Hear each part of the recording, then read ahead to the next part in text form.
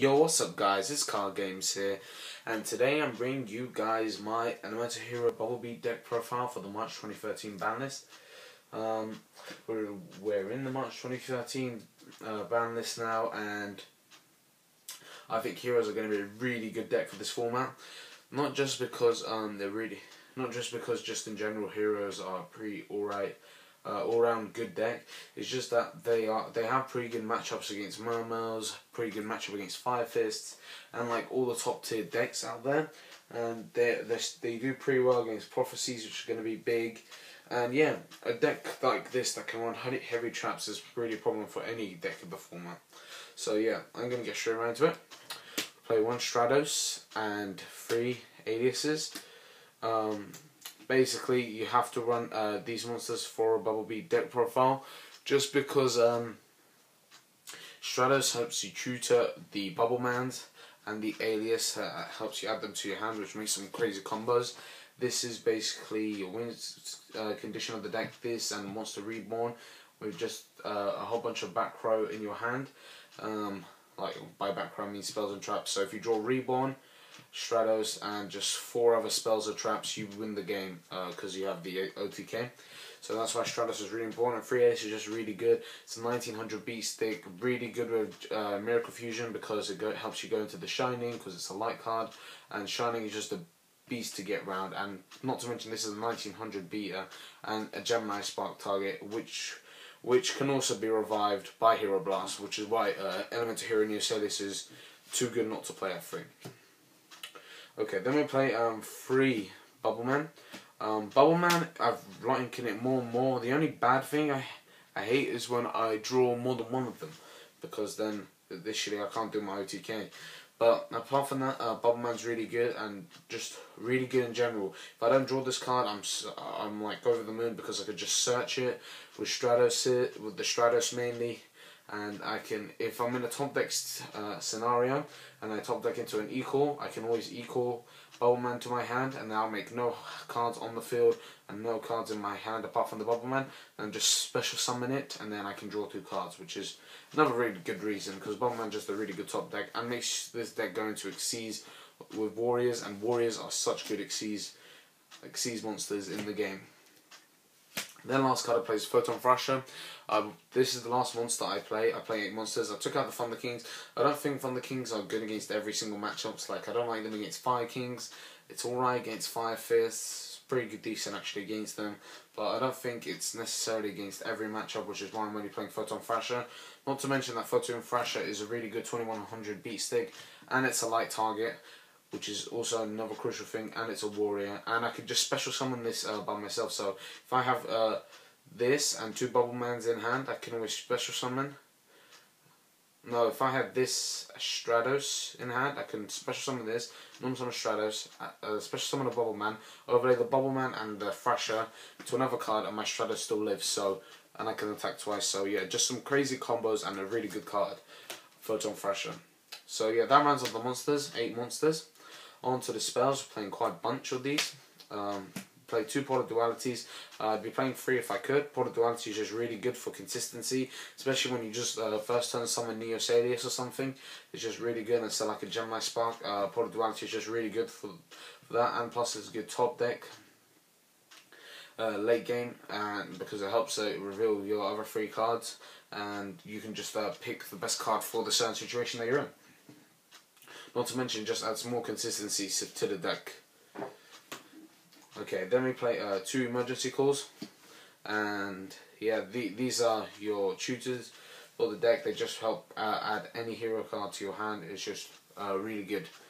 Typically, you want to add Stratos with this card to your hand, but another combo is if you have your Stratos and then it gets Veilored or something, you just play equal, add the Bubbleman to your hand, and then just continue on with your plays. So equal just really good, just in case the Stratos gets Veilored or something in that scenario as well, when you have the Monster Reborn and a Stratos combo. And then we play Reinforcement of the Army and the Warrior Returning Alive.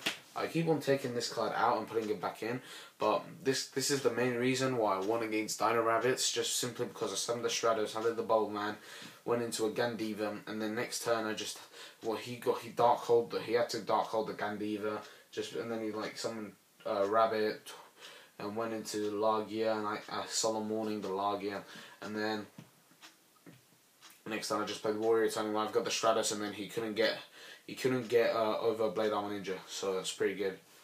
Without because he didn't draw a tour guide, and I just had quite a lot of back row. So yeah, and Reinforcement Army is just really good, and search Photon, and it also searches Photon Thrasher. Not to mention the Warrior Returning Goliath also helps bring back Photon Thrasher. So if you're in a top decking scenario, you can and your opponent has like 100 life points, and they have a Thunder King in hand. No, like a I don't know, a Neo Salis in hand. Let's say you're playing the mirror match. Reinforcement, play Warrior Turning Alive, add the Thrasher to your hand, special summon it, attack the Alias, and yeah, it just makes some crazy combos. Then 3 Miracle Fusions. I'm really liking 3 Miracle Fusions right now. Really explosive card in the deck, and just a really good card overall. And I really think that you need to play it in the deck just because it's like probably the most explosive card in the deck. And why wouldn't you want to play the most explosive card in the deck? And it makes Heroes just more aggressive, which is why I like it. And plus Shining is really hard to get by. Okay, next we play 2 Super Polys. I really like Super Poly now.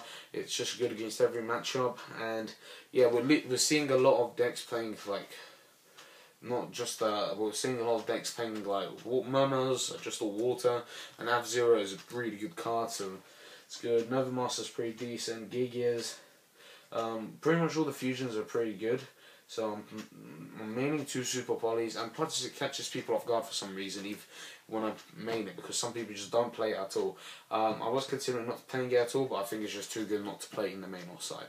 So yeah, 2 Super Polys. Plus it's amazing, it's the mirror match when you can just fuse your opponent's monsters. Or both your opponents, like if they have a Shining and an Alias on the field, you can play Super Poly, fuse that. Not only would you get rid of both their monsters, but you get your Shining out, which is just amazing. Like that's just too good. It's just too good in the mirror match. Okay, then we play 2 Gemini Sparks. I'm not playing 3 just for consistency really. I like 2 Sparks, and I don't think they're dead. I don't dead draw them as much as when I was playing 3, so I went to 2. And I really stuck with 2 for a while. Okay, 2 MSTs. I'm playing 2 MSTs because decks like Murmurs, MST is alright. Really, the only card you want to hit is the Abyss Sphere. So, yeah, that's that. And also, I don't really want to blind MST in a lot of matchups. Not to mention, I do have Gemini Spark, which is also basically counts like an MST, which is why I really like it. And yeah, that's literally why. 2 MSTs, and it's worked fine. I don't feel the need for 3 MSTs in the deck right now, but that all could change, you never know. And then we play the Heavy, Reborn, Dark Hole. That rounds up the spells. I think I'm running 19 or 20 spells. It's quite a lot of spells, I'll just double check.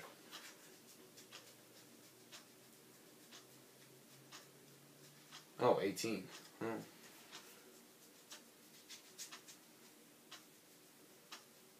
Yeah, 18 spells. 18 spells, 8 monsters, 24. I think I'm playing 16 traps.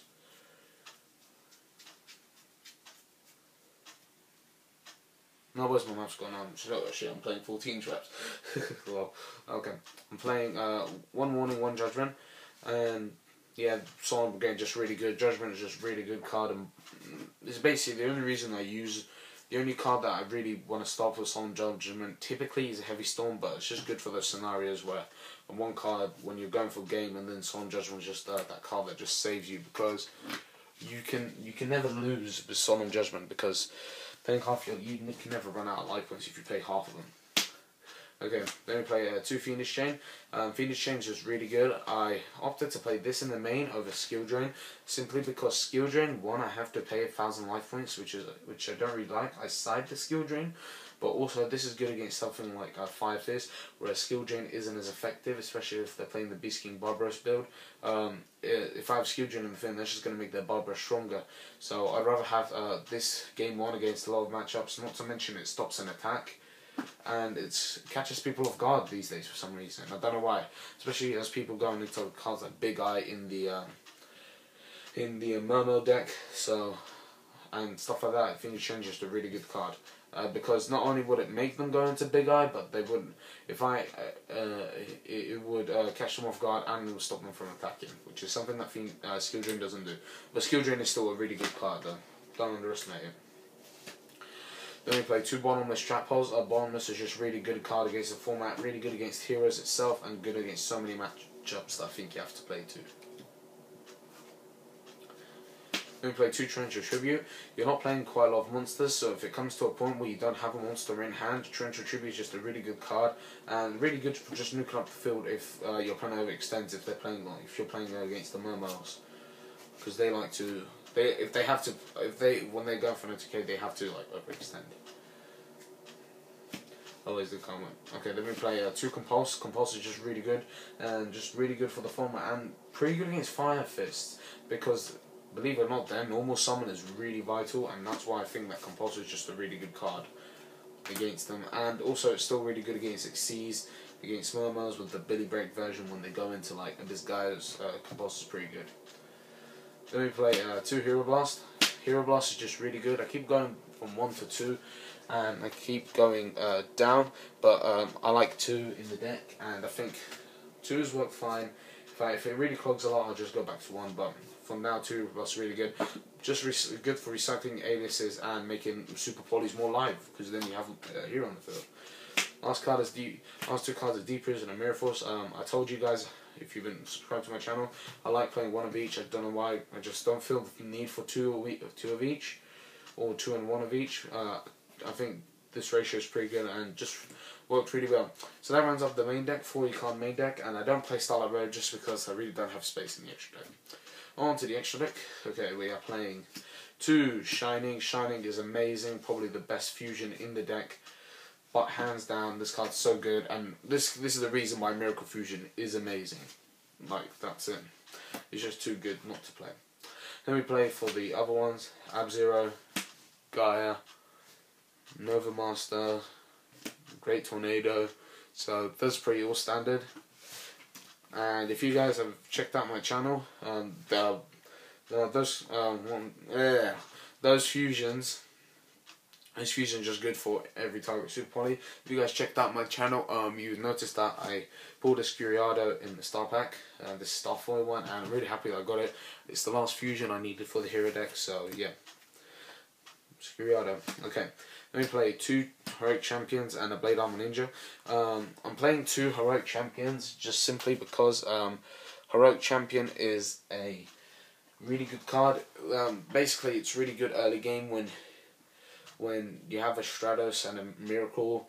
You just go Stratos, add a card, add the Bubble Man, say your back row, special summon Bubble Man, overlay Heroic Champion, detach to, go into Miracle Fusion, and that does 7,200 damage, which is quite a lot if you think about it.